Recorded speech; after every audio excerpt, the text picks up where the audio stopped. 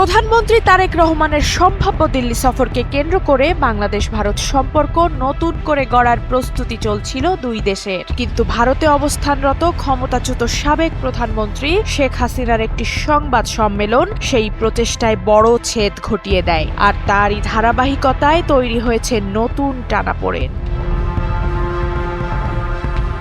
গত ৫ আগস্ট নয়াদিল্লিতে এক ভার্চুয়াল সংবাদ সম্মেলনে শেখ হাসিনা তার সরকারের পতন, ২০২৪ সালের গণ-অভ্যুত্থান প্রসঙ্গে উস্কানিমূলক বক্তব্য প্রদান করেন। ভারতের মাটিতে বসে মানবতাবিরোধী অপরাধের মামলায় মৃত্যুদণ্ডপ্রাপ্ত আসামি শেখ হাসিনার এ রাজনৈতিক কর্মকাণ্ডের তীব্র প্রতিক্রিয়া জানায় ঢাকা। বাংলাদেশের পররাষ্ট্র মন্ত্রণালয় সাফ জানিয়ে দেয়,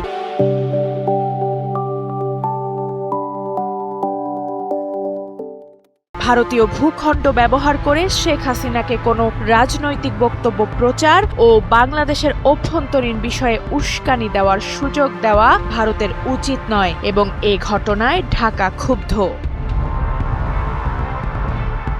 শেখ হাসিনাকে প্রত্যর্পণ ছাড়া তারেক রহমানের ভারত সফরের ক্ষেত্রে সহায়ক পরিবেশ তৈরি হবে না এমনটাই প্রায় নিশ্চিত ছিল। তবে এটি একটি দীর্ঘ ও জটিল আইনি প্রক্রিয়া। ফলে বর্তমানে দুদেশের সম্পর্কের অচলাবস্থা কাটানোর তাৎক্ষণিক চাবিকাঠি হাসিনার প্রত্যর্পণ নয়, বরং ভারত থেকে তার রাজনৈতিক কর্মকাণ্ড বন্ধ করা, এমনটাই মনে করছেন আন্তর্জাতিক রাজনৈতিক বিশ্লেষকরা।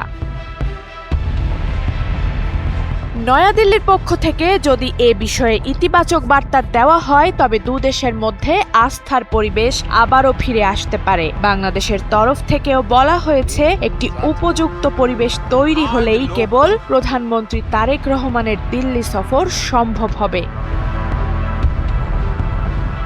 সাম্প্রতিক সময়ে বাংলাদেশ চীন, মার্কিন যুক্তরাষ্ট্র ও তুরস্কের সঙ্গে কূটনৈতিক যোগাযোগ বাড়ালেও দক্ষিণ এশিয়ার দীর্ঘমেয়াদী স্থায়িত্বের জন্য ভারত ও বাংলাদেশ উভয় পক্ষের জন্যই এই দ্বিপাক্ষিক সম্পর্ক ধরে রাখা অত্যন্ত জরুরি। তাই রাজনৈতিক মান অভিমান বজায় থাকলেও জাতীয় স্বার্থ বিবেচনা করে দুদেশের শীর্ষ নেতৃত্বের এই বৈঠক শেষ পর্যন্ত অনিবার্য বলেই মনে করছেন সংশ্লিষ্ট বিশেষজ্ঞরা।